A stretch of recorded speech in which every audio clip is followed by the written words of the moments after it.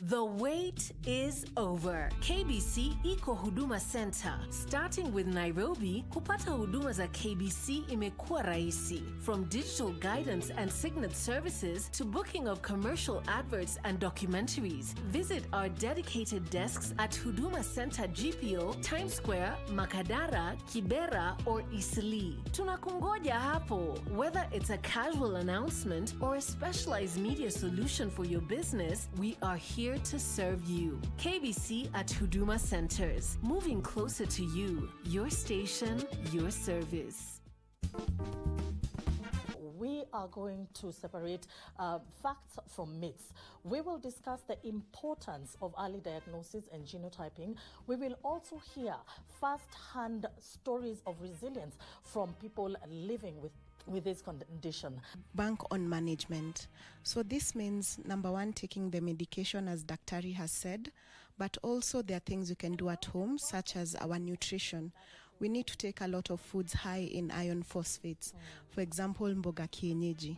Also, you find even in rural and urban areas, we manage ourselves even with some things such as herbs. There are some herbs that truly help us even with our organs and even keeping our, like for example, iron levels high. Preventive measures is prevent the reoccurrence of sickle cell by doing gene testing. The gene testing, that is of course. Two. One. So two, those who are already having sickle cell, they are born of sickle cell. What are these preventive measures that we want to take in place so that we reduce the chances of complications, we reduce the chances of hospitalization and recurrent infections. You can get to see from different warriors and hear their stories, even the stories of caregivers. So I think together we can be able to achieve a lot and at least support each other.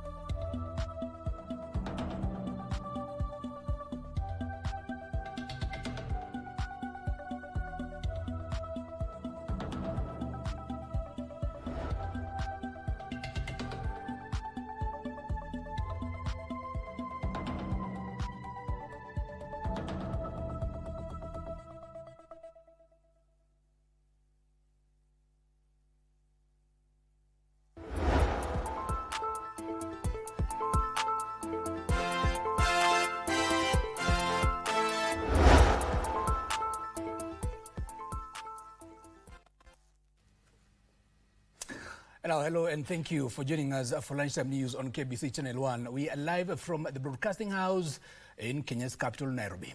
My name is Giverson Maina. Our sign language interpreter is Byron Abuli. Join us for the next half an hour or so for news within, of course, across the country, including sports. And plus, of course, start interacting with the social media platforms at KBC Channel 1 and at Giverson Maina.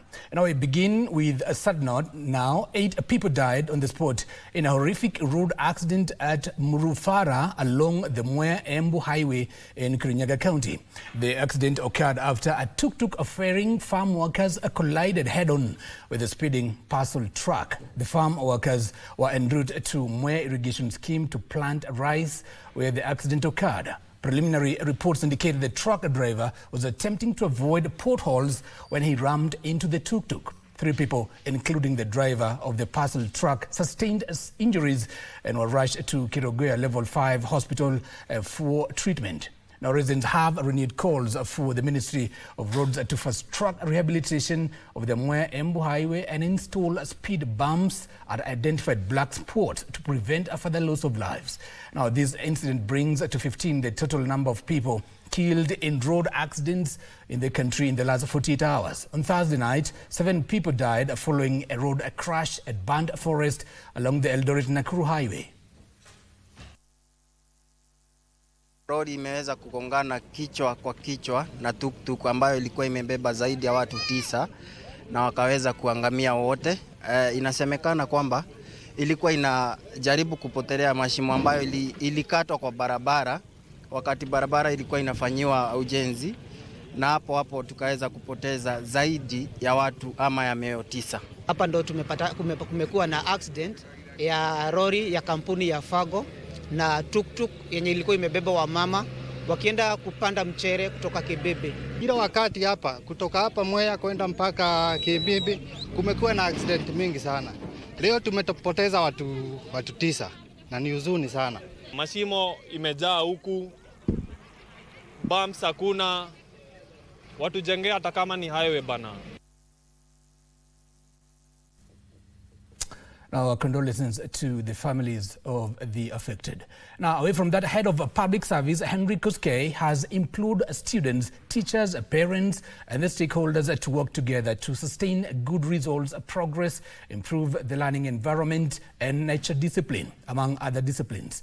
Now, speaking at St. Peter's Sober Senior School in Kapkitani, Tinderet, Nandi County, where he attended a prayer day service for KCC candidates, Koskei said that investment in children's education has transformed lives and helped create a more stable world. Pongeza sana wazazi kwa sababu bila hao kushughulikia maneno ya school fees, bila hao wapatie wanafunzi nafasi nzuri wakiwa nyumbani wasome, ingekuwa ngumu sana kwa hao watoto wapate matokeo vile tunaona. Investment ile mnaweka kwa masomo ni investment ya maisha, kwa sababu mtoto akisoma, that is a sure inheritance ile umewachia mtoto. We switch gears to matters politics now. The Luhya Elders Forum has endorsed Nairobi Senator Edwin Sifuna in his bid to seek the country's top seat. Now, the elders have also urged the senator to hold talks with his friends in the United Opposition seeking the same seat. Now, elsewhere, leaders allied to the United Democratic Alliance UDA in Kakamega County are calling for all political parties in the broad-based government to be involved in planning and implementing government programs, particularly grassroots development projects. Here's more. The race to succeed President William Ruto is gaining momentum after the Luhya Elders Forum endorsed Nairobi Senator Edwin Sifuna in his bid to seek the country's top seat, saying he possessed the qualities of natural leader. And we are saying to Sifuna, join your brothers and sisters in looking for position number 1 in this country. Sifuna alone can't do it, and you are aware of that. We are dealing with very seasoned politicians. He has emerged naturally, and we think he will continue to emerge, and we believe even the others will support him to be the president. And that's the day they will appreciate. Elsewhere, leaders allied to the United Democratic Alliance in Kakamega County are calling for all political parties in the broad-based government to be involved in planning and implementing government programs, particularly grassroots development projects. Programs za broad-based zihusishwe vyama zote, na hiyo ndio kwa sababu hiyo broad-based itatoka sawa sawa. Kama wakifanya maneno yao kando na wana UDA, hiyo picha ya broad-based haitoki sawa sawa. Tunataka hii broad-based iwe inaonekana on paper na pia on the ground in practice. Meanwhile, UDA National Organizing Secretary and Mwala lawmaker Vincent Nutsioka Kawaya has urged opposition leaders to stop misleading Kenyans by pretending there is a perfect government elsewhere, insisting that the solution is to work with the Kenya Kwanza administration instead of fueling political divisions. Hakuna serikali perfect. Serikali lazima yale mashida yako hapo tusaidiane pamoja kuyatatua, and that is why I am asking the opposition team, wengi wao, you must be careful with Gachagua. Run away when you still can, kwa sababu you can't trust that guy. Atakuja kuwatesa hapo mwisho. Kujani tuungane na William Samoei Ruto tuongeza mabarabara hapa Ukambani. In the meantime, People's Liberation Party leader Martha Karua has dismissed attempts to turn Kenya into a one-party state, insisting the country is a democratic republic where every political party has a constitutional right to seek support from voters across the country. We have been very busy as parties propagating our ideals and popularizing ourselves within the country. And that's why you have seen almost every party is now popularizing itself. The strength of our parties is the strength of the united opposition. So the phase we are in is very important. We are also here to invite those who want to vie to join PLP and vie under it. Perish the thought that at any one given time we shall return to one-party politics, whether in the opposition or in the opposite side. And a section of leaders in Kakamega, led by a women's rights advisor to the President Harriet Shigai, are now urging women to continue praying for the nation's stability and peace as the country heads to the polls. Hii sauti yetu itakuwa nguvu zaidi mkisimama na sisi. Yangu ni kuwaomba kwa unyenyekevu mtushikilie katika maombi. Mshikilie Mheshimiwa Rais katika maombi. Our chief na county commissioners team ambayo wako hapa, muwashikilie katika maombi. Kwa sababu mkishikilia uongozi wenu hata ya kanisa na maombi, si Mwenyezi Mungu anasikia. Timothy Kipnusu for Lunchtime News. And now to another sad story in Migori County. The family of a Kenya Medical Training College Nairobi campus student who was found dead in her hostel room last month is appealing for swift investigations into her death. Now, Anne Adhiambo was laid to rest at her home in Awendo sub-county, Migori County. Family and church leaders called for justice and expressed hope that investigations will establish the circumstances surrounding her death. A post-mortem report found that Anne died from suffocation and multiple internal injuries. According to Anne's father, the loss of his only daughter has left the family devastated. He expressed hope that the ongoing investigations will establish those responsible and help the family find closure. Adhiambo was found dead on 7th of July this year. Demanding that those CCTV footages be provided so that the evidence can be able to be found. It is very unfortunate that the burial is being done today and no one has been arrested. Postmortem was done. We found the reports of the postmortem that there was a blank object 2, which was head in the head, and it seems as if the oxygen was cut off. The roommate said on a Sunday before Tuesday, there were 5 ladies who assaulted her when she was going to church because of her clothes. So I'm pleading to the nation, I'm pleading to the Department of DCI for me to get a tangible report who killed my daughter. Now a crossover to Isiolo County, where family and friends of slain Isiolo business lady Angelina Kananu Lishira and Isiolo business community members are accusing police of inaction in probing her fatal shooting 11 days ago. Led by her sister Regina Kinya Lishira and Kezia Kaferedu, a friend of the deceased, they are faulting detectives for failing to update the family on the investigations and make an effort towards arresting her killers.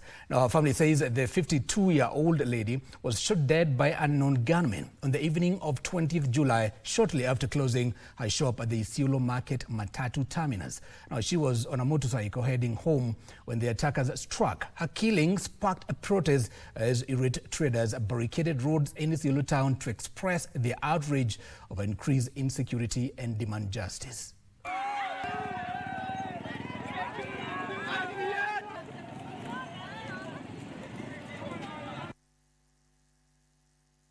Leo tumepoteza watu karibu 6.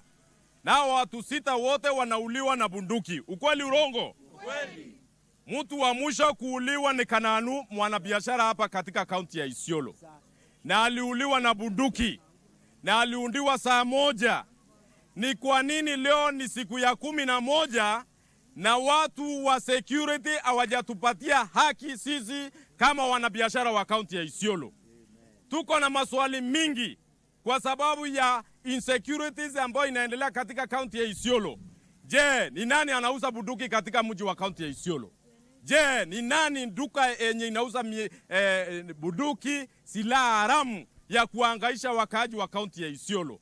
Leo tunasika vijana, tunasika wazee, tunasika wakina mama ambao ni watu ambao wanajifanyia biashara zao. Je, haki ya mwana Isiolo iko wapi? And may justice be served to the affected family. And on that note, we take a short commercial break. Don't go too far. There's still so much more coming your way.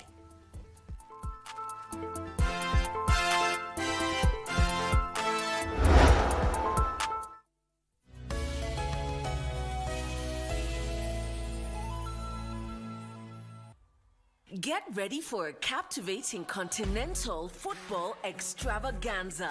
KBC Channel 1 brings you exclusive coverage of the 2026 Women's Africa Cup of Nations, WAFCON. From Sunday the 26th of July to Sunday the 16th of August 2026, Morocco is the battleground as Nigeria defend their title against 15 other nations fighting to lift the prestigious trophy. Who will be crowned Queens of African Football? Courtesy of the Ministry of Youth Affairs, Creative Economy and Sports. Watch all the action unraveling on KBC Channel 1, your true sports partner. Do you save for retirement? Kwani mimi ni mzee? I'm still young and I've got plenty of time to start saving later. Then again, si watu wa jua kali, hatunanga hizo ma pension plans. Kwani ujui unaweza register with an individual pension plan yenye iko regulated na RBA? Inawakaje? Una deposit any amount of money at any time na uko guaranteed ukikuwa mzee. Maisha yako itakuwa nywe. Baadaye vile kushow ni ukweli. Hadi mimi boost savings zangu kwa scheme yetu ya job. Really? Nilijua siwezi kuwa kijana forever. Sis, usikose kujipanga mapema. Tutakuwa wazee wa maana. Ebu nionyesheni kuwa mzee wa maana. Ensure you save and plan for your retirement during your youthful working days. Provided you are earning an income, you can join a retirement benefit scheme registered by Retirement Benefits Authority and safeguard your tomorrow. RBA, safeguarding your retirement benefits.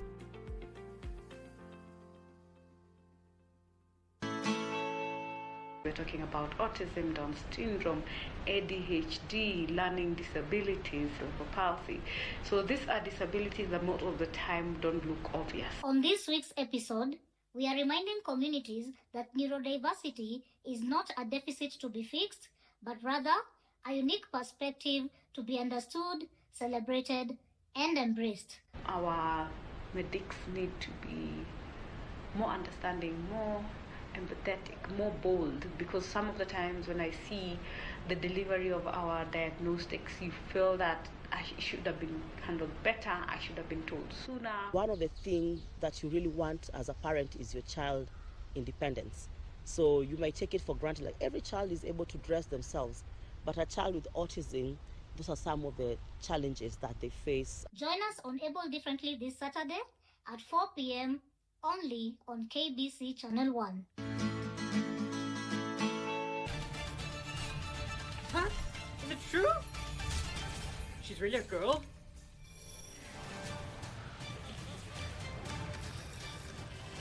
No wonder you didn't answer the phone. It turns out you were idling around. Wow, that is a great move.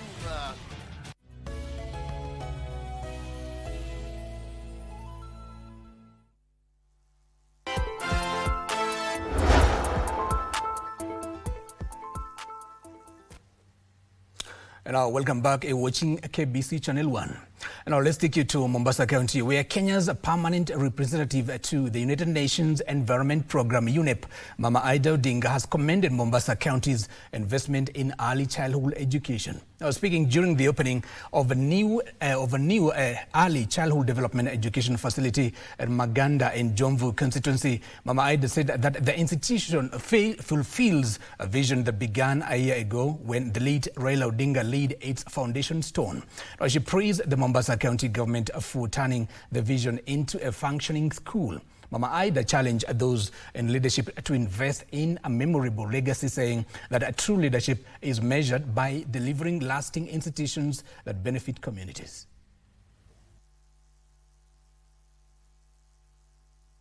I congratulate the governor today for ensuring that This vision did not remain a ceremonial foundation today, but because of his work, we now have thousands and families in this place whose children are going to these schools. Because I always believe that every child is gifted. Hakuna yule mtoto ambaye anazaliwa bure. Kila mtoto anazaliwa na kitu. Watoto wa chekechea wote wasome bure. Hii leo tuko na watoto 13,131 kwa muda wa miaka minne. Mama watoto wa chekechea ambao wameingia katika shule za kaunti wameongezeka na 4,000. Tangu tukiingia walikuwa ni watoto 8,000, sasa hii tumefika watoto 13,131. Samahani, tumeongeza na 5,000 idadi ya watoto ambao kwamba wako katika shule za chekechea. Now, still matters education. As Kenya continues to grapple with rising youth unemployment, graduates have been urged to become job creators rather than job seekers. They are challenged to create opportunities that drive the economic growth and transform society. Now, speaking during the 29th graduation ceremony at African Nazarene University, leaders urged the 547 graduates to go into the labor market as innovators and entrepreneurs equipped with character and skills. We have taught them everything they need to know, prepared them in terms of competencies. We have prepared them in terms of character. We have prepared them to go out and serve the community. And they don't need to choose any job. When they go out to the community, they should be prepared to be the one to start companies. So it is not about just looking for jobs. They should be the one to go and create, because that is what we have prepared them for. We need to continue to invest in young people and develop young people through education. And being a part of this is not just the church, but the contribution that comes from families, friends, the government. We are all partnering in making sure that we continue to develop today's generation of leaders and tomorrow's leaders. With Kenya's real estate sector expanding and increasing foreign investment, the demand for reliable backup power solutions is on the rise, with businesses increasingly seeking uninterrupted electricity to safeguard operations despite growing adoption of renewable energy. This comes as industry players meet the ongoing Solar Expo Kenya in Nairobi. Here's more. Kenya's growing appetite for reliable electricity is creating new opportunities for the backup power industry, driven by rapid urbanization, commercial property development, and increased industrial activity. To the markets, Kenya, our local markets, people are now getting to know the use of generators as a solution to powering their homes. So most of them are finding cheaper to use the generators and also solar. Players in the sector say while electricity access has improved and renewable energy adoption continues to grow, businesses are investing in backup power to minimize operational disruptions. For the African market, we consider the high temperature, high altitude, outside use, nearby sea use, or residential use. It should be soundproof, really soundproof, super silent type. So we will consider different usage. Chinese firms in particular are viewing Kenya as a strategic gateway to the wider East African market, with electricity demand expected to rise alongside continued urban growth and industrial expansion. Analysts say businesses are likely to continue investing in diversified energy solutions. Now, police in Kajiado North have arrested a 40-year-old man for allegedly cultivating cannabis in Imani, Ololua area. Now, according to Kajiado North Police Commander Felix Moli, police officers received a tip-off from a member of the public leading to the discovery of cannabis, which was planted in seedbeds and containers. Now, Moli said the suspect, who is believed to have been living alone at the house, is being questioned as police conduct further investigations to establish the scale of the operation and whether other people were involved.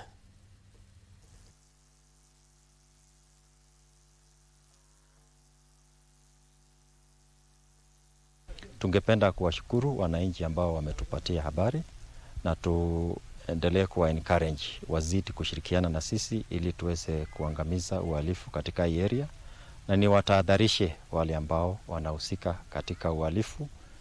Uhalifu wa aina yote ule, iwe ni mambo ya bangi ama kufunja sheria kwa njia nyingine yote ile, ya kwamba tuko macho na tutaendelea kufanya kazi yetu na anytime tutaweza kuwanasa. Upandaji wa bangi ama huu mmea ambao tumekuwa discovered hapa umeharibu vijana wengi. Sasa tutaendelea na uchunguzi tujue kwamba huu mmea mpandaji ama mshukiwa alianza kufanya hii biashara lini na ni vipi tutakavyokomesha. Still in Kajiado, thousands of pastoralists across Kenya's arid and semi-arid lands are struggling as climate change, rapid population growth and expanding human activities continue to shrink grazing lands. Now, the crisis is threatening livestock production, food security and the livelihoods of communities that have depended on pastoralism for generations. Now, speaking during the national conference marking the United Nations 2026 International Year of Rangelands and Pastoralists in Kajiado County, pastoralists and stakeholders from 26 ASAL areas called for action to reverse the situation. Here's more. We've come here to assure our pastoralists how important rangelands are to the economy of our country. Almost 80% of our country's landmass are covered by rangelands. One of the things that is challenging the rangelands is the changing climate. You know, we are having really frequent droughts, or when rainfall falls is within a very short time or period that causes flooding. So we are actually working with the pastoralists to preserve their indigenous knowledge that they have been adapting over time. So it's really important that we continue to scale up the initiatives that all of us collectively are doing towards the aspirations that the government of Kenya has in terms of making sure that the rangelands on which the livestock sector depends on. Now let's get sporty for a moment. Kenya and the People's Republic of China have reaffirmed their commitment to strengthening bilateral relations through sports and cultural exchanges, with both countries identifying martial arts as a key avenue for promoting people-to-people connections. Now, speaking during the inaugural Kung Fu Wushu competition held at the Kasarani Indoor Arena, Chinese ambassador to Kenya, Guo Haiyan, said sports continue to play a vital role in fostering friendship, mutual understanding and cooperation between the two nations. The championship, which brought together athletes from 8 local wushu clubs, marked a significant milestone in the promotion of the Chinese martial arts in Kenya. Chinese ambassador to Kenya, Guo Haiyan, noted that the growing popularity of wushu in the country reflects the expanding cultural ties between Kenya and China, adding that such exchanges complement the broader strategic partnership shared by the two countries. Wushu is far more than a sport. It embodies the spiritual essence of Chinese values of harmony, inclusiveness, self-improvement, and perseverance. The occasion marks a defining milestone in the evolution of the Wushu in Kenya and marks a significant chapter in the enduring friendship between the Republic of Kenya and the People's Republic of China. The ambassador emphasized that sports diplomacy has become an important pillar in enhancing bilateral cooperation, particularly among the youth. This is through talent development, cultural appreciation, and international exposure. Every competition has its winners. Friendship and exchange know no borders. I hope this competition will inspire more Kenyan friends to embrace Wushu, further advance the development of the sport in Kenya. The inaugural competition was used as a platform for identifying and nurturing talent while promoting discipline, fitness, and cross-cultural understanding. Frederick Muki for Lunchtime News. Now, Burkina Faso claimed their first ever victory at the ongoing CAF Women's Africa Cup of Nations WAFCON after beating 10-woman Tanzania 2-1 in a dramatic Group B match at the Larbi Zuli Stadium in Casablanca on Friday night. Now, meanwhile, South Africa staged a spirited second-half comeback to rescue a 2-2 draw against Cote d'Ivoire. The draw leaves Group B finally poised heading into the final round of fixtures. Burkina Faso, meanwhile, have moved level with Tanzania on 3 points and now have renewed belief before their final group match. They come, and they've turned it in, and they've taken the lead for a second time. Teams, South Africa champions. Middle of the pitch and an early exit, Ethanol goal, and a brilliant. Under pressure again, down the middle again. It's exactly the same scenario. Guinea to come out from the South Africans. Oh, that's what they needed. Tembi Katlana showing us flick forward, in behind. Is this the moment for South Africa? Oh, they've done it. Surely they've rescued a point at the very least. And Kenya's Stephen Dangiri Kihu won silver in men's. Rather, let's retake that. Kenya's Stephen Dangiri Kihu won silver in the men's 10,000 meters race walkers. Team Kenya continued its impressive showing with more podium finishes in athletics at the ongoing Commonwealth Games in Glasgow, Scotland. Now, Kihu produced a personal best time of 38 minutes 46.57 seconds to finish second behind Australia's Isaac B. Croft, now who claimed a gold in the season's best 38 minutes and 45.5 seconds. In the women's 800 meters final, Lilian Odira added another silver medal for Kenya after clocking 2 minutes and 58 seconds.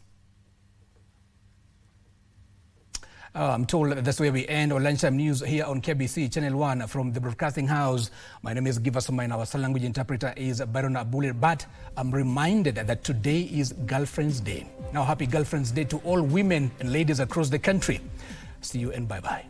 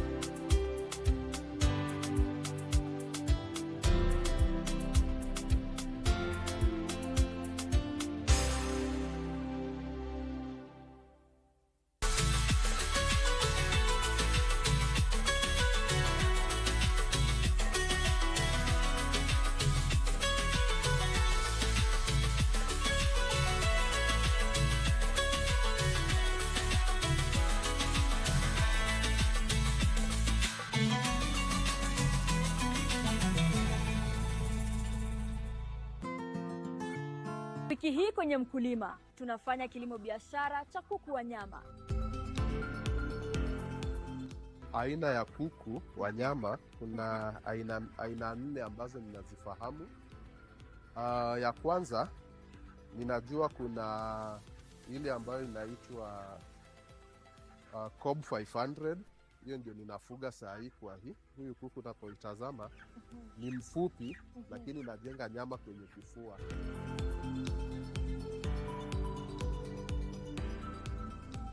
Ungana nasi Jumamosi saa 10:30 hapa KBC Channel 1 kwa mseto kamili wa kilimo.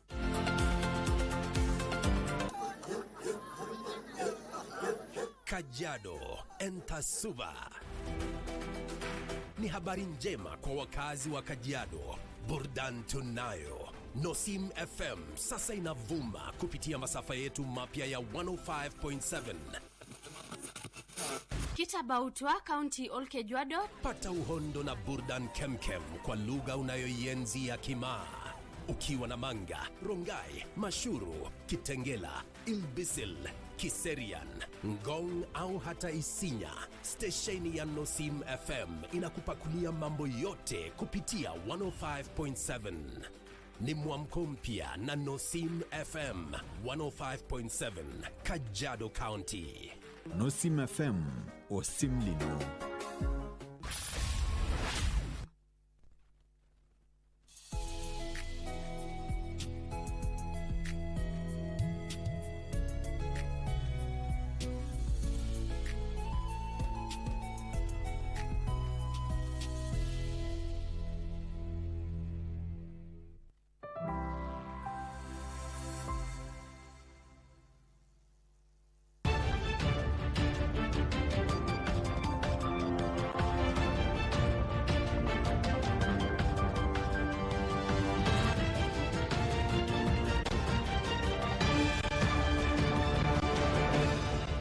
Swadakta, hujambo mwanadunia popote ulipo, na karibu tena sana katika makala mengine. Makala ya dunia ya wiki hii ni papa hapa ambapo unapokea taarifa za kimataifa kutoka rubaa za kimataifa. Nakumbuka taarifa hizi zimewezeshwa kwa uwezo mkubwa sana wa shirika la utangazaji nchini KBC na shirika la Xinhua kutoka China. Katika makala ya juma hili, Rais Donald Trump wa Marekani atishia kuchukua hatua za kijeshi iwapo mashauriano na Iran yatasambaratika, huku Iran ikisema haitaruhusu Marekani iamue mwisho wa vita hivyo.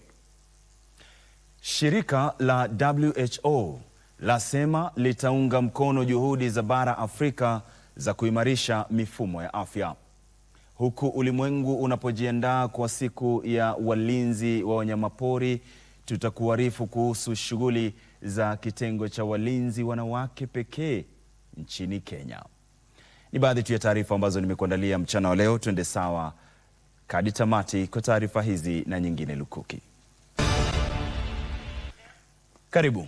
Mimi ni Isaac Lemoka, na moja kwa moja tuanze na taarifa kutoka Marekani ambapo Rais Donald Trump wa Marekani amesema kuwa aliamua kusitisha mashambulizi ya Marekani dhidi ya Iran ili kutoa fursa ya mashauriano, huku akionya kuwa huenda akaagiza mashambulizi hayo kurejelewa tena iwapo mashauriano hayo na Iran yatasambaratika.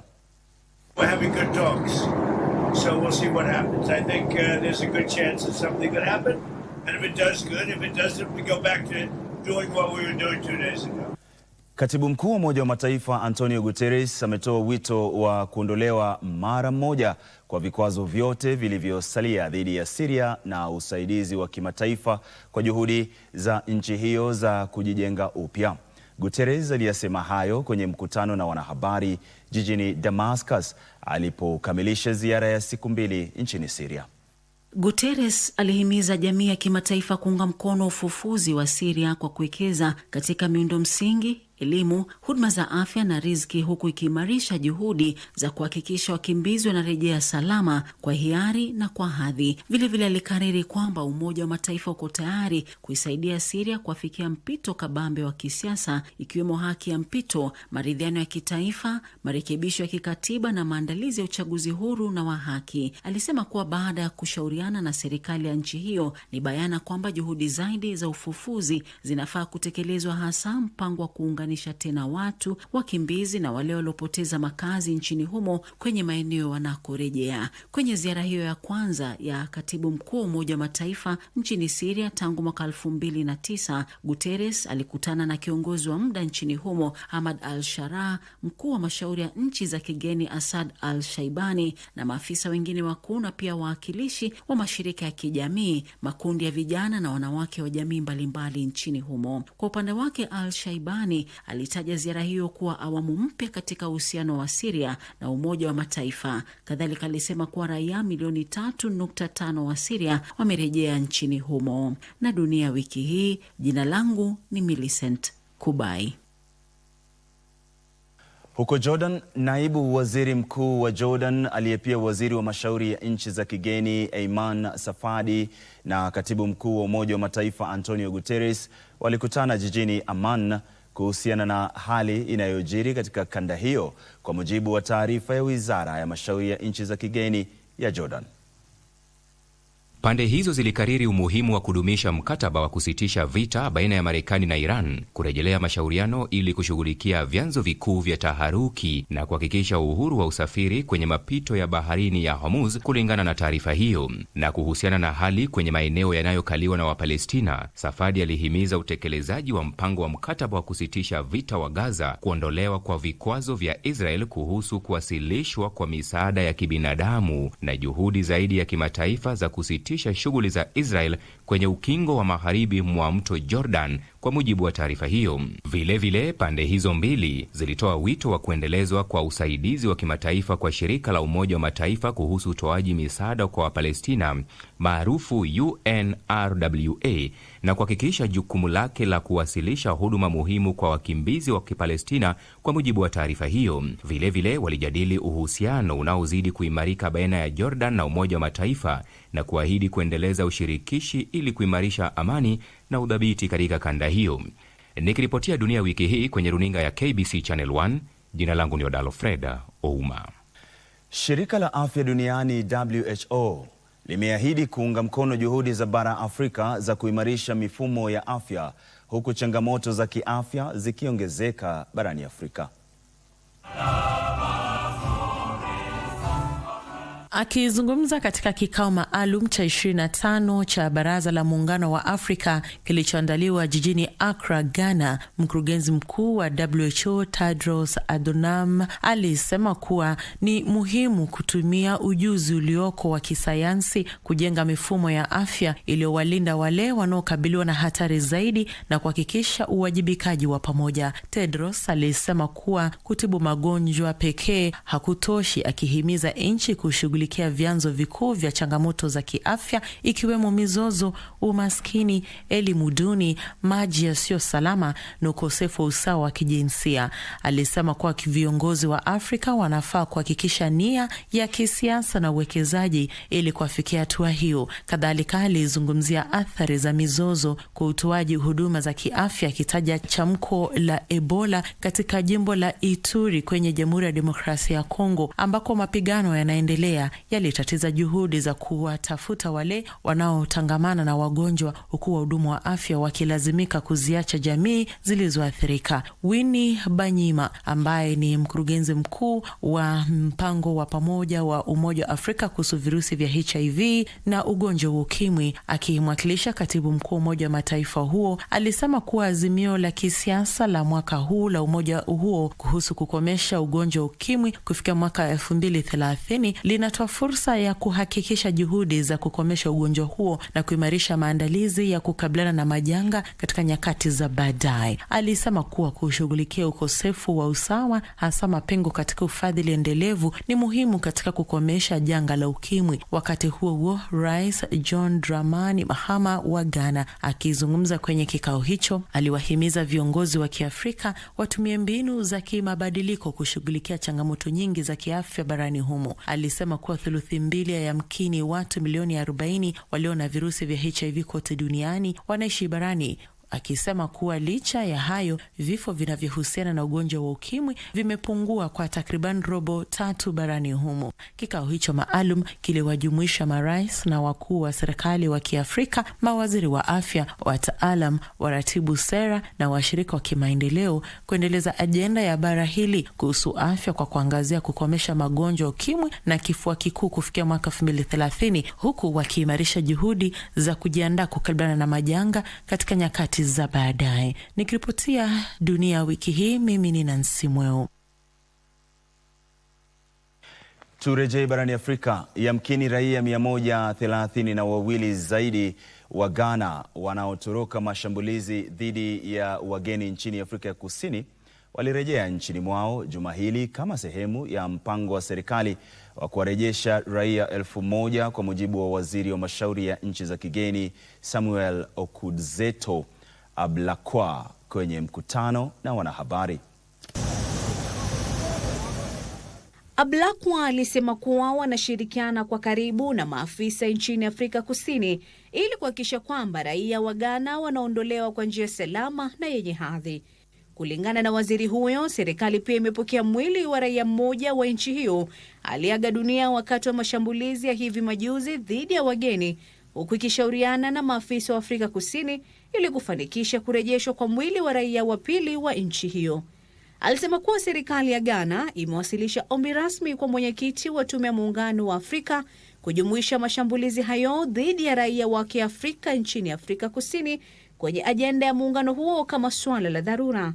Alisema kuwa ombi hilo la Ghana halinui kuitenga Afrika Kusini, ila kuhimiza juhudi za pamoja za bara hili kukabiliana na changamoto hiyo inaotatiza haki, hadhi na usalama wa raia wa Kiafrika na kutishia ajenda ya utangamano barani humo. Waziri huyo alisema kuwa Ghana itaendelea kushauriana na Muungano wa Afrika ili kuafikia juhudi zilizoshirikishwa za bara hili zitakazohakikisha wajibikaji, kuwalinda wahamiaji wa Kiafrika na kuzuia kuzuka tena kwa dhulma dhidi ya wageni. Kasi cha Namasha, Dunia Wiki Hii. Na mtazamaji, katika mandhari ya mbuga ya wanyama pori ya Amboseli kusini mwa Kenya, kitengo kwa jina Team Lionesses kinachowajumuisha walinzi wa kike pekee huanza kila siku kwa mazoezi, ukaguzi na doria kote kwenye hifadhi za Onetei na Risa. Jione. Eneo hilo muhimu linaunganisha mbuga ya kitaifa ya Amboseli na mfumo ekolojia wa Tsavo, ambao ni mapito ya uhamaji wa ndovu na wanyamapori wengine ambao wangepotea kutokana na shughuli za kibinadamu. Kitengo hicho kilichoanzishwa kufuatia pengo katika uhifadhi wa kawaida, hasa kuhusu ukusanyaji habari, kilizinduliwa na shirika la kimataifa kuhusu maslahi ya wanyama IFAW, kikiona maafisa 7 ambao sasa wameongezeka na kufikia 17. Katika jamii ya wafugaji wa kuhamahama inayodhibitiwa na wanaume walinzi wa kiume, hawangeweza kupata taarifa muhimu za kijasusi ambazo wanawake wa eneo hilo pekee wangeweza kuwapa, kulingana na Ivan Mkala ambaye ni meneja mkuu wa mipango katika IFAW. Hatua hiyo imeleta mabadiliko makubwa. Kundi hilo hufanya doria za hadi kilomita 400 kwa mwezi kwa miguu, kuwachunguza wanyamapori kupitia mfumo wa GPS na kukabiliana na shughuli haramu za kuwawinda wanyamapori. Kuhusishwa kwao kumefanikisha kupunguzwa kwa mauaji ya wanyamapori ya kulipiza kisasi miongoni mwa wafugaji kufuatia kuuawa kwa mifugo wao. Kundi hilo linaongozwa na Purity Lakara aliyesifu mpango huo, kwani unawapa wanawake hadhi ya kuongoza katika uhifadhi wa wanyamapori. Ili kuwasaidia walinzi wanaotekeleza jukumu hilo na pia kuwalea wanaohifadhi hiyo, huwapa makazi wanakoishi na watoto wao na watunzaji wao. Maafisa hao pia wanaweza kupata elimu ya juu ili kuhakikisha wanaendelea kuimarika katika kazi zao. Kitengo hicho kimepata tuzo za kimataifa, likiwemo lile la serikali ya Uhispania mwaka 2021 na tuzo ya kutambuliwa kimataifa mwaka uliopita. Mtazamo wa kijamii umebadilika pakubwa, huku wanawake sasa wakichukuliwa kuwa watafutaji muhimu wa riziki na nguzo katika kuleta amani. Maelfu ya wakimbizi waliorejea katika jiji kuu la Sudan, Khartoum, wanakabiliwa na changamoto kubwa zaidi katika juhudi za kujenga upya tena maisha yao baada ya vita, huku wengi wao wakiwa wanapoteza mtaji, vifaa na biashara zao kutokana na uporaji na uharibifu. Baadhi ya wale waliorejea walielezea masaibu yaliyowapata kutokana na athari za vita hivyo vya wenyewe kwenyewe.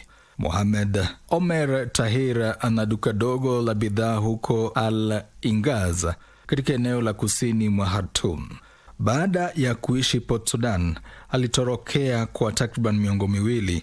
Alirejea jijini Khartoum yamkini miezi 7 iliyopita. Duka lake liliporwa wakati wa vita hivyo.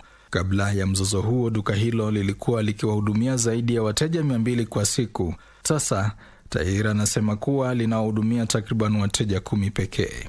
Alisema kuwa anatumai kwamba hali itaimarika na mapigano kukomeshwa ili watu wote warejee nyumbani, ingawa changamoto kuu ni ongezeko la bei kutokana na gharama ya juu ya maisha kufuatia kudorora kwa thamani ya sarafu ya nchi hiyo.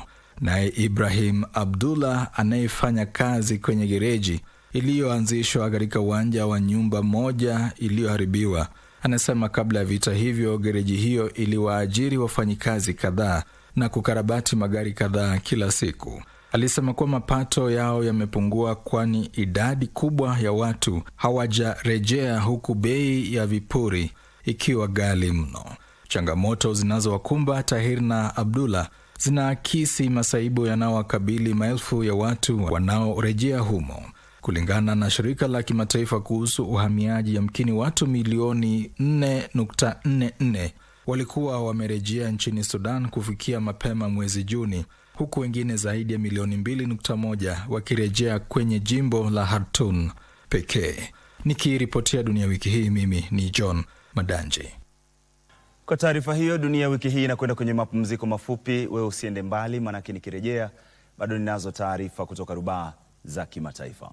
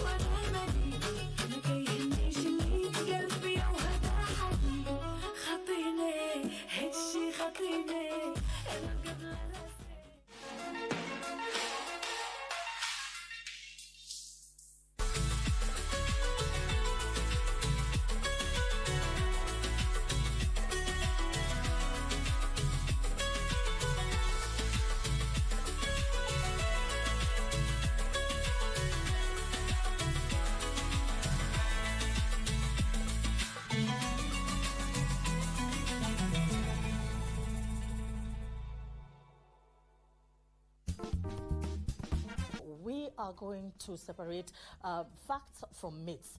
We will discuss the importance of early diagnosis and genotyping. We will also hear first-hand stories of resilience from people living with this condition. Bank on management.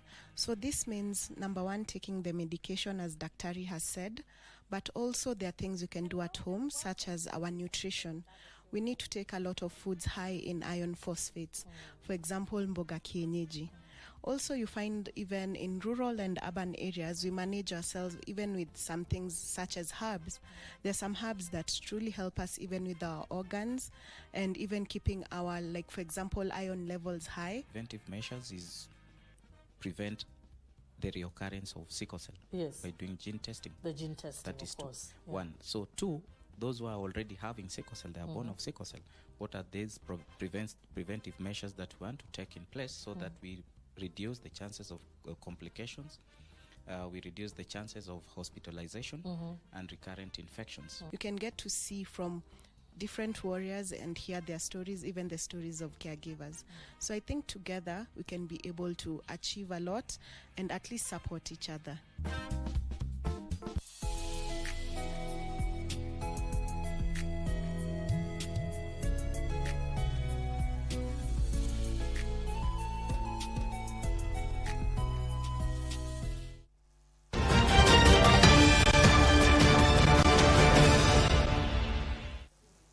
Karibu tena katika Dunia Wiki Hii, kipindi ambacho kinaangazia taarifa za kimataifa. Taarifa hizi zimewezeshwa na shirika la utangazaji nchini KBC na shirika la Xinhua kutoka China. Hispania inakabiliwa na mojawapo wa misimu miharibifu zaidi ya mikasa ya moto nyikani, huku moto mkubwa ukiteketeza eneo la jiji kuu Madrid na eneo jirani la Avila, ambapo maelfu ya watu wamelazimika kuhama makazi yao au kusalia ndani. Moto huo umeteketeza maelfu ya hekta za mimea kote nchini Hispania, huku serikali ikitangaza dharura ya kitaifa. Moto wa nyikani umeendelea kuteketeza eneo lote la katikati mwa nchi hiyo. Maafisa walionya kuwa upepo mkali na kiwango cha chini cha unyevunyevu kimeendelea kutatiza juhudi za kuzima moto huo licha ya viwango vya chini vya joto wakati wa usiku. Rais wa eneo la Madrid, Isabel Díaz Ayuso, aliutaja moto huo kuwa mbaya zaidi katika historia ya eneo hilo. Kulingana na takwimu za hivi majuzi, yamkini watu 91,000 wameondolewa au kuagizwa kusalia ndani kote katika eneo la Madrid, jimbo la Avila na sehemu za Toledo. Moto huo umeharibu takriban hekta 45,000 za mimea katika majimbo jirani ya Madrid na Avila. Na Dunia Wiki Hii, mimi ni Millicent Kubai. Rais William Ruto wa Kenya alizindua mpango mpya wa ajira kwa vijana kwa lengo la kuwawezesha kupata ujuzi wa kikazi. Jione.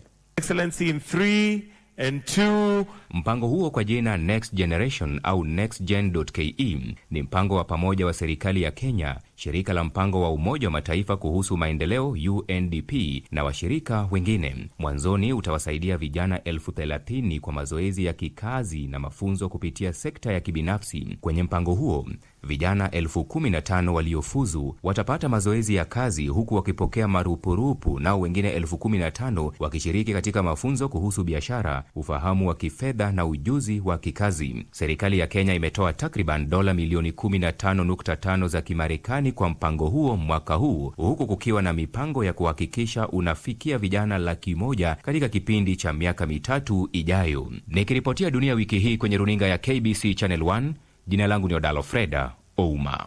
Na sasa tuangazie changamoto zinazokumba dunia, ambapo kiwango cha njaa duniani kilipungua kwa mwaka wa 3 mfululizo mwaka uliopita, ingawa ufanisi huo unakabiliwa na changamoto katika kuwafikia lengo la maendeleo endelevu kuhusu kukomesha njaa kikamilifu kufikia mwaka 2030, kulingana na ripoti ya Umoja wa Mataifa iliyotolewa hivi majuzi. Makala ya mwaka huu ya ripoti ya hali ya kuwepo wa chakula cha kutosha na lishe duniani yanakadiria kwamba 7.8% ya idadi ya watu duniani au takriban milioni 645 walikabiliwa na baa la njaa mwaka uliopita, idadi hiyo ikiwa imepungua kutoka 8.1% mwaka 2024 na 8.6% mwaka 2022. Ripoti hiyo inasema kuwa hali hiyo imekuwa ikiimarika kwa viwango tofauti katika maeneo mbalimbali. Nikiripotia Dunia Wiki Hii, naitwa Nancy Mweo.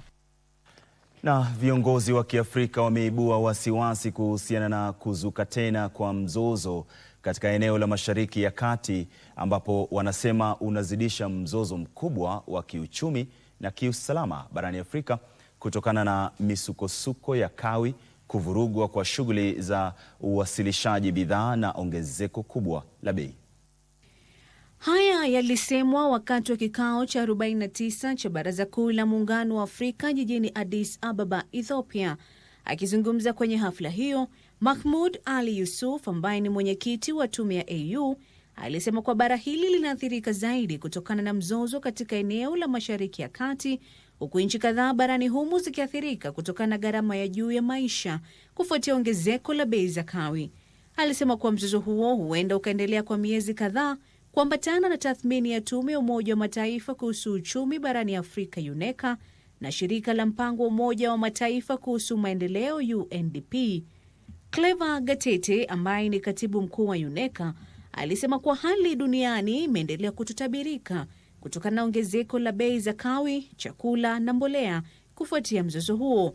Alisema kuwa bara hili haliwezi kuendelea kutegemea ufadhili kutoka nje ili kubadili uchumi wake, ila ni sharti ilifadhili shughuli zake za kimaendeleo kwa kutumia rasilimali zake. Waziri wa mashauri ya nchi za kigeni wa Ethiopia, Gideon Timothy Wos, alisema kuwa misingi ya hali duniani inabadilika, huku bara hili likiathirika kutokana na taharuki za kisiasa na kimaeneo, ukiwemo mzozo katika Mashariki ya Kati, kuvurugwa kwa teknolojia, misukosuko ya hali ya anga na ushindani unaoongezeka kuhusu rasilimali muhimu. Kasi cha Namasha, Dunia Wiki Hii. Haya, sasa tuangazie mchango wa China na mataifa mengine kote ulimwenguni, ambapo China imeendeleza uhusiano na nchi tofauti tofauti kote duniani, ukiwemo ule wa kiteknolojia, kielimu, kimatibabu, mawasiliano, muundo msingi na mwingineo unaonufaisha pande zote husika. Kama hivi: wahisani wa kimataifa na ushirikiano unaochipuza unaimarisha usaidizi kwa wakimbizi nchini Kenya, huku jamii ya kimataifa ikiadhimisha miaka 75 tangu kupitishwa kwa mkataba wa wakimbizi mwaka 1951. UNHCR liwapongeza washirika wa kimataifa kandoni mwa hafla iliyoandaliwa jijini Nairobi. Naibu mwakilishi wa shirika hilo kuhusu Kenya, Robin Ellis, alipongeza usaidizi wa Uchina, ikiwemo michango ya vifaa na mipango ya kawi itokanayo na jua inayohakikisha wakimbizi wanajitegemea.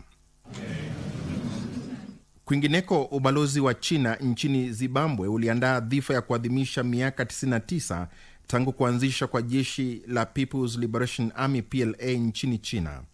Mawaziri, maafisa wakuu wa kijeshi, wajumbe wa kidiplomasia na mashujaa wa vita vya ukombozi katika nchi ya Zimbabwe walihudhuria hafla hiyo iliyonuiwa kuimarisha uhusiano baina ya nchi hizo mbili.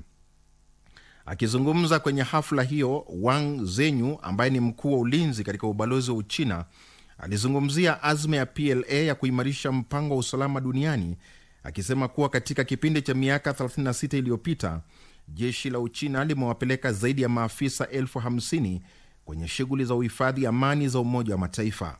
Balozi wa China nchini Zimbabwe, Zhou Ding, alisema kuwa uhusiano thabiti baina ya nchi hizi mbili ulitokana na juhudi za kitaifa za kupigania ukombozi.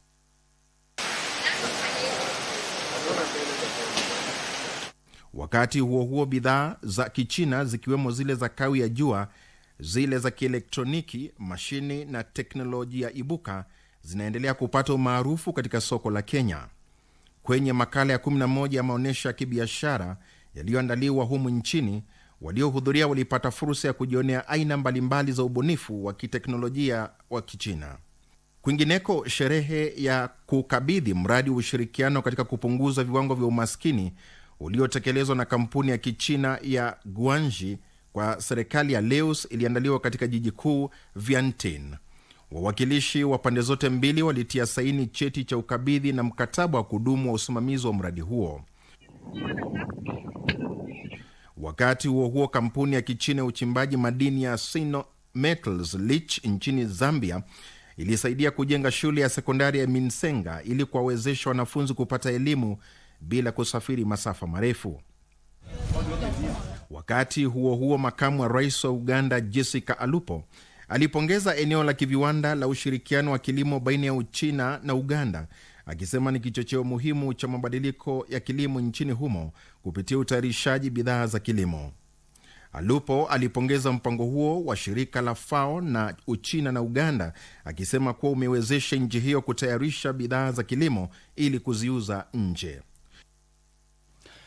Na basi kwa taarifa hiyo sina budi ila kutamatisha kipindi Dunia wiki hii, nikiwa na matumaini makubwa kwamba umeweza kufaidi pakubwa na taarifa hizi. Tujumuike tena juma lijalo muda na wasaa kama wa leo. Kwa niaba ya wote, shirika la utangazaji nchini KBC na shirika la Xinhua kutoka China, mimi ni Isaac Lemoka.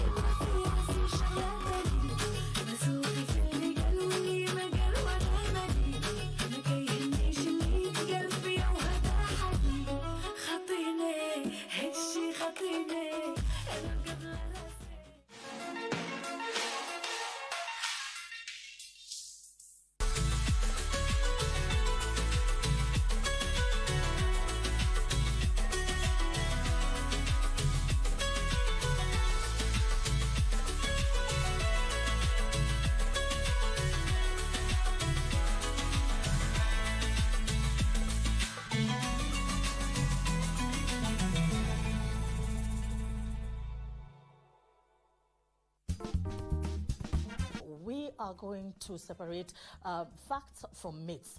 We will discuss the importance of early diagnosis and genotyping. We will also hear first-hand stories of resilience from people living with this condition. Bank on management. So this means, number one, taking the medication as Daktari has said, but also there are things you can do at home, such as our nutrition. We need to take a lot of foods high in iron phosphates. For example, mboga kienyeji. Also, you find even in rural and urban areas, we manage ourselves even with some things such as herbs. There are some herbs that truly help us even with our organs and even keeping our, like for example, iron levels high. Preventive measures is prevent the reoccurrence of sickle cell by doing gene testing. The gene testing, that is of course. Two. One. So two, those who are already having sickle cell, they are born of sickle cell. What are these preventive measures that we want to take in place so that we reduce the chances of complications, we reduce the chances of hospitalization and recurrent infections. You can get to see from different warriors and hear their stories, even the stories of caregivers. So I think together we can be able to achieve a lot and at least support each other.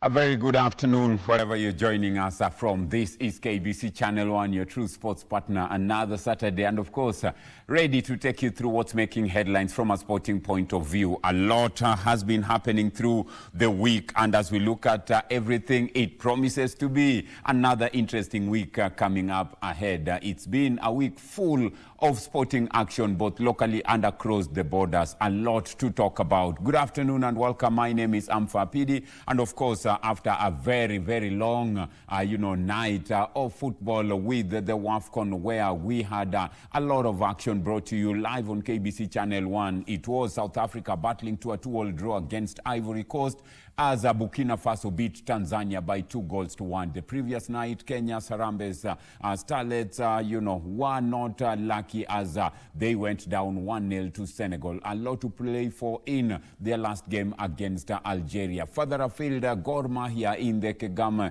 Sekafa Cup. And of course, as at now, Gor Mahia through to the semi-finals, wishing them all the best as we also keep an eye on Tuskers' performance. Across and further afield, the Commonwealth Games continue, where Kenya has been having a good run from, athletics point of view. A gold medal in weightlifting, a very good, a very good medal in weightlifting. That was a bronze. Congratulations. And as we look into the track and field events, it was Andingiri winning a bronze, a silver medal for Kenya in the 10,000 meters walk, one that not many expected. Congratulations, as Lilian Odira, zoomed into the silver in the 800 meters final. Looking further afield, still in Commonwealth, that's in Glasgow, we saw the 3,000 meter steeplechase, both men and women coming to Kenya. Edmond Serem leading, Koech, and of course, Bet in the 3,000 meter steeplechase men, as we saw Faith Cherotich winning gold for Kenya in the 3,000 meter steeplechase women with a championship record of 9 minutes 1.76 seconds. Congratulations to the team, as Mwanza also ran a very good run in the 10,000 meters women, winning a silver medal. It wasn't good for Kenya in the 10,000 meters final, as Kenya, the best performing was Edwin Kurga, who finished in the 4th position. A lot to ponder about from a 10,000 meters race, as both men and women's 10,000 meters went to Australia. Very strong performance indeed. We keep an eye, as Julius Yego's throw was not good enough as the race continues. One that many will be looking forward to is the 800 meters final, where Wycliffe Kinyamal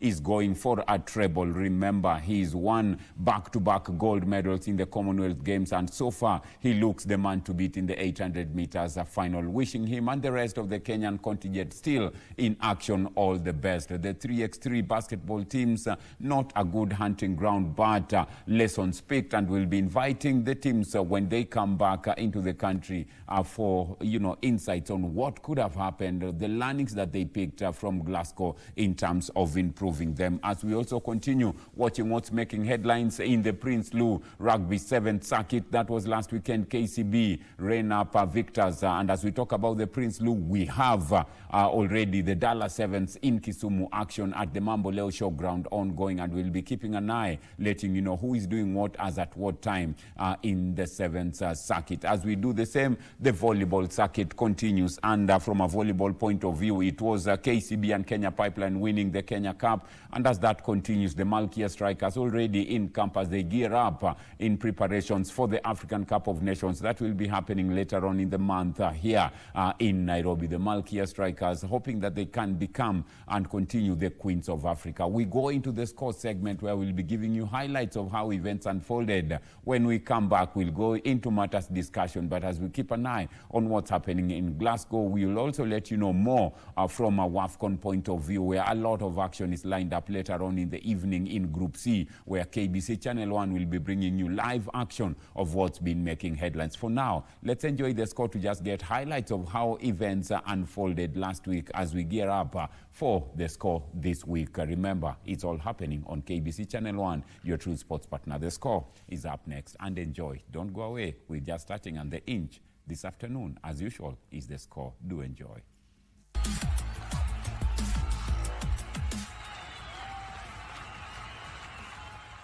Harambee Starlets' hopes of reaching the quarter-finals of the 2026 Women's Africa Cup of Nations suffered a major setback after a heartbreaking 1-0 defeat to Senegal, despite hitting the woodwork 3 times in a dominant second-half display. Senegal claimed all 3 points in the Group A clash at the Olympic Stadium in Rabat after Seinabu Mbengue scored the only goal in the 35th minute. Kenya responded strongly after the break, with Euphrasia Shilwatso rattling the crossbar before Teresa Engesha struck the post twice as the Starlets were denied a deserved equalizer. The defeat leaves Kenya rooted at the bottom of Group A without a point and extends their winless record at the Women's Africa Cup of Nations. Beldino Demba's side will now face Algeria in their final group match on the 3rd of August, hoping to beat them to harbor any hopes of progressing to the last 8, where the FIFA World Cup slots will be fought. Guy looking for Kassé, lovely ball over the top. Here is Kassé.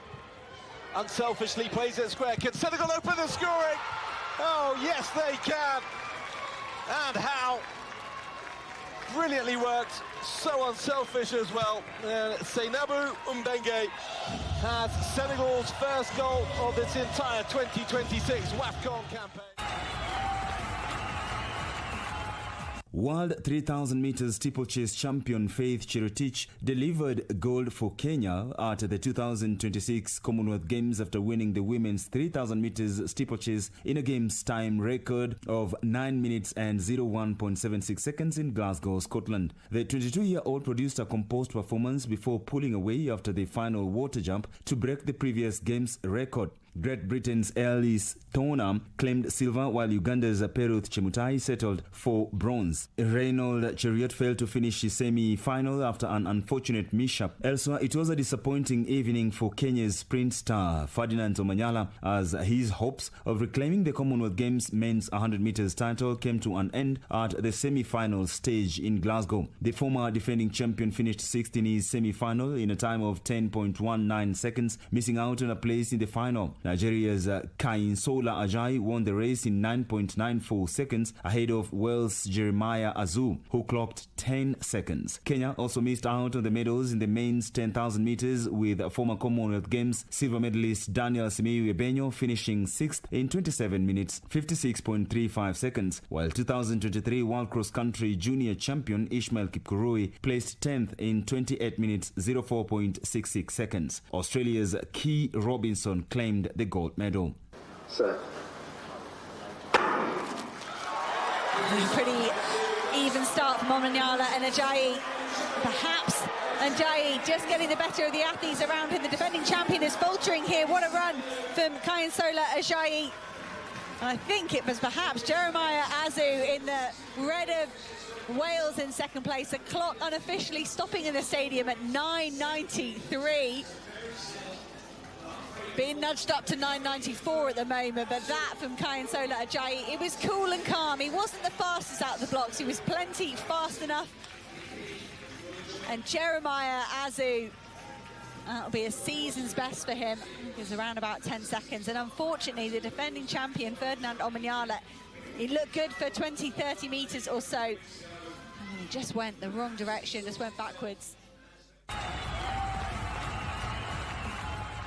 Elsewhere, Kenya reaffirmed its dominance in the men's 3,000 meters steeplechase after Edmond Serem led a historic podium sweep at the Commonwealth Games in Glasgow, winning the gold medal in a time of 8 minutes 18.23 seconds. Serem produced a composed performance to cross the finish line ahead of compatriot Simon Kowich, who claimed the silver medal in 8 minutes 18.59 seconds, while Leonard Bett completed the Kenyan clean sweep by taking bronze in 8 minutes 21.63 seconds. Diana Wanza added another chapter to Kenya's Glasgow book with a silver in the women's 10,000 meters won by Australia's Rose Davies, as Florence Nyonkiru of Rwanda took the bronze. Miriam Chebet was 7th.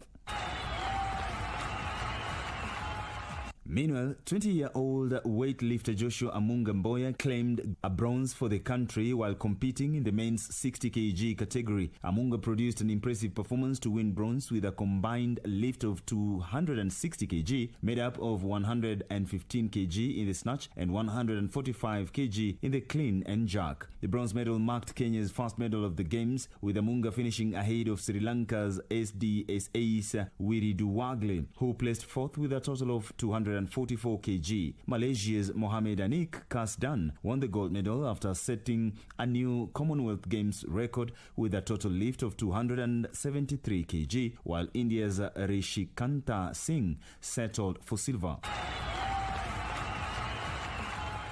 Team Kenya endured another difficult day at the 2026 Commonwealth Games in Glasgow, suffering defeats in the lawn bowls 3x3 men's basketball as well as the men's wheelchair basketball. In the women's pairs bowls, Kenya lost 2-0 to Canada, while Anwar Hamada was beaten 2-0 by Canada's Ryan Baster. In the men's singles, Kenya's men's 3x3 basketball team narrowly fell 19-16 to Singapore in Pool B, while the women's team lost 21-5 to Uganda after an earlier win of 16-14 over Fiji. The men's 3x3 wheelchair basketball team also suffered a 16-3 defeat to Canada as Kenya continued its quest for glory in Glasgow.